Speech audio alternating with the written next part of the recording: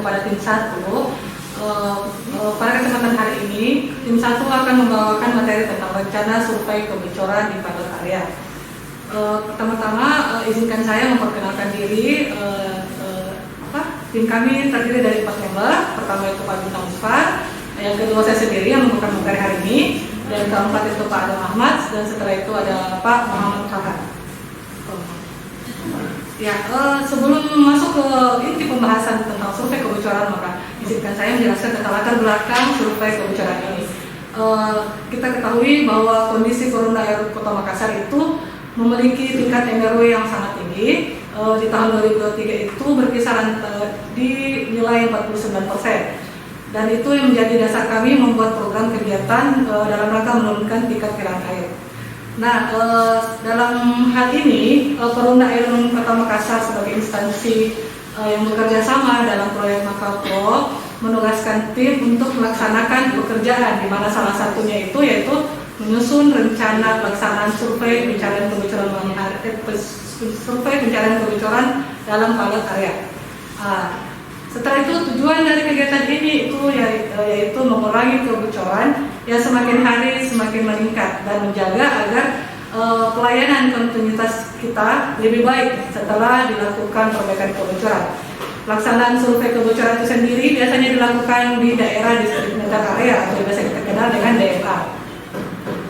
Nah, hal-hal yang perlu diperhatikan dalam pemilihan dan pembentukan DMA baik yang baru, yaitu tujuan dalam pembentukannya itu yaitu untuk memudahkan dalam perhitungan kehilangan air atau NRW dan mengetahui kondisi pelanggan serta kondisi jaringan pipa dalam area DMA. Nah, setelah itu hal-hal yang diperhatikan dalam pembentukan DMA itu sendiri yaitu tahapan pertama menentukan lokasi yang akan dijadikan pada pilot area DMA. Yang kedua itu menyiapkan gambar lokasi di mana kita koordinasi dengan tim GIS terkait jumlah pelanggan dan status sambungannya, dan poin ketiga itu melakukan survei lokasi, melaksanakan test bed untuk mengetahui informasi sumber dari jaringan di lokasi DMA tersebut beserta diameternya yang ada dalam jaringan DMA. Terakhir itu memastikan lokasi DMA yang kita akan survei terisolasi dengan baik dan memastikan input jaringannya hanya ada satu untuk pemasangan meter input DMA-nya. Nah, setelah kita membahas tentang pembentukan DMA, di sini kami akan menjelaskan data awal pemilihan pilot area, di mana dalam kerjasama kami dengan tim Makapro kita memilih 3 pilot area. Di antaranya itu BPH Bumi Permata Hijau, yang kedua itu Gria Fajarnas dan Buswa, dan yang ketiga itu Geraha Lestari, di mana yang tertera di atas tersebut adalah nilai NRW di tahun 2022, 2023, dan 2024. Nah, terdapat data di 2023 khususnya di daerah Geraha Lestari itu meter tidak normal karena pada lokasi tersebut masih menggunakan meter induk analog, di mana meter induk tersebut mengalami kerusakan. Dan yang kami bold, yang di PA2 itu kami bold karena menurut kami itu adalah lokasi yang sudah berhasil dalam proses kerjasama kami dengan Makapro ini. Pilot area 2 ini berhasil menurunkan kehilangan air. Seperti ini data-data grafiknya, di mana di antara ketiga pilot area pilot area yang 2 Gria Fajarnas yang mengalami penurunan NRW yang cukup signifikan. Ya, setelah itu di antara 3 pilot area tadi yang saya sebutkan, di antaranya ada 2 lokasi yang menjadi percontohan kami, yaitu PA2 Gria Fajarnas dan Buswa, dan PA3 adalah Geraha Lestari. Di antaranya itu kenapa memilih ini? Karena kedua lokasi ini memiliki daerah yang memiliki tingkat NRW yang cukup besar dan memiliki pelayanan air yang baik.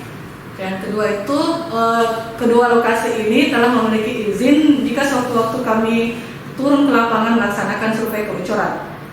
Nah, data-data ini kami akan rangkum mengenai informasi secara umum yang ada di pilot area 2 dan pilot area 3. Pilot area pertama itu Gria Fajarmas, data NRW di tahun 2022 itu sekitar 53%, pipa distribusi panjang pipa distribusi dengan diameter 50, diameter 75, dan diameter 100 itu tertera panjang pipanya.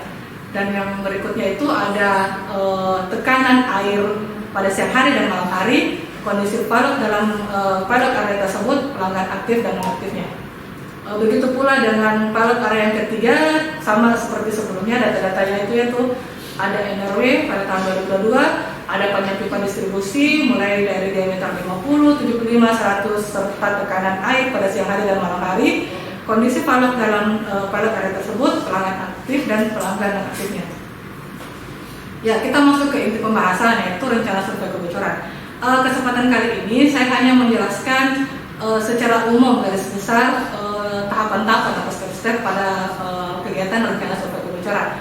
Pertama itu pendataan, di mana pendataan ini kami menyiapkan format yang seperti tertampil di presentasi kami, di mana dalam format tersebut sudah kita ketahui informasi tentang jenis material pipanya, diameter pipanya, pipa SR atau pipa distribusi yang terjadi kebocoran. Lalu ada detail titik kebocoran dan lokasi rumahnya, serta besaran volume titik kebocorannya yang ditampilkan pada alat Hanteo maupun Oncobo. Dan terakhir itu yang paling bawah itu ada sketsa untuk menggambarkan lokasi atau titik temuan kebocoran. Ya, setelah kita menyiapkan formatnya, maka kita melakukan pendataan. Di mana pada pendataan ini kita membutuhkan informasi gambar dari pihak GIS yang meliputi informasi terkait jalur pipa, diameter pipanya, jumlah pelanggan aktif serta non aktifnya. Nah, setelah melakukan proses administrasi ataupun pendataan dan pemetaan, maka selanjutnya itu kita membagi tim dan membagi peta digitasi tadi menjadi sub-sub area kecil, serta menyiapkan alat bantu untuk mendeteksi kebocoran di lapangan seperti Hanteo, Oncobo, dan kita ketahui bahwa kondisi Makassar saat ini itu kedua alat tersebut merupakan alat yang sangat cocok mengingat kepekaannya terhadap pendeteksian kebocoran serta jenis material pipa yang digunakan di Perumda Air Minum Kota Makassar. Masuk ke pelaksanaan survei kebocoran. Nah, seperti tadi yang saya bahas, pembagian tim survei itu dibagi berdasarkan peta digitasi yang sudah kita bentuk dan bertugas mencatat hasil survei kebocoran serta menelusuri rute lokasi yang telah dibagi. Nah, survei pertama itu atau screening survei dengan memberikan indikasi nomor pada rumah pelanggan berdasarkan hasil cek di lapangan dengan keterangan Hanteo kalau menunjuk angka 0 itu adalah oke, angka 1 itu menunjuk potensinya rendah, dan angka 2 potensi sedang, sedangkan angka 3 itu potensi tinggi dalam hal kebocoran. Nah, yang kedua itu menggunakan alat bantu lainnya seperti Oncobo untuk memastikan kembali kebocoran yang terjadi di survei sebelumnya. Survei kedua ini kita kembali memeriksa titik potensi kebocoran yang sudah dilakukan pada survei 1. Kita screening kembali lokasi tersebut. Ya, setelah pelaksanaan survei kebocoran, maka tentunya kita harus evaluasi lagi kegiatan tersebut. Nah, setelah 3 tahapan sebelumnya kita sudah laksanakan, maka hasil survei tadi dikumpulkan lalu dibuatkan dalam daftar dan dilaporkan ke pihak terkait untuk pelaksanaan perbaikan kebocoran. Nah, apabila ada lokasi atau titik-titik lokasi yang perlu dipastikan titik kebocorannya, maka dilakukan survei kebocoran malam hari seperti tertera pada presentasi kami di atas. Nah, setelah semua datanya sudah dipastikan yang terdiri dari alamatnya, besaran kebocorannya, pipa-pipa apa saja yang terjadi kebocoran, maka kita melaporkan atau menyerahkan hasil temuan survei kebocoran tadi ke petugas perbaikan kebocoran. Nah, dibuatkanlah laporan tindak lanjut perbaikan kebocoran, diantaranya surat perintah kerja, dan daftar permintaan barang untuk dilaksanakan perbaikan kebocoran di lapangan. Nah, yang berikutnya nanti terakhir adalah bahan evaluasi akhir. Nah, di evaluasi akhir ini kita harus merangkum atau merekap hasil-hasil tindak lanjut dalam memperbaiki kebocoran sebelumnya. Nah, pada tahapan akhir ini kita merefleksikan lagi ke dalam rencana selanjutnya, memahami riwayat dari temuan kebocoran tersebut. Dan apabila kebocoran yang terjadi itu sudah sering pada jaringan pipa distribusi, maka disarankan untuk mengganti pipa tersebut, karena ini sesuatu yang penting, di mana kita ketahui kita harus memastikan bahwa kualitas dan kontinuitas pelayanan RWS Petalangan itu terjamin. Yes. Dari hasil rangkuman yang telah saya jelaskan di atas, kami membuat siklusnya seperti di atas. Yang pertama itu tetapkan prioritas pilot area untuk frekuensi survei, dan yang kedua itu memahami riwayat kebocoran yang lalu, jenis pipa dan lainnya, dan yang ketiga itu pelaksanaan surveinya, yang keempat itu implementasi investigasi kebocoran dan mengumpulkan hasil, dan yang terakhir itu refleksi dalam rencana selanjutnya.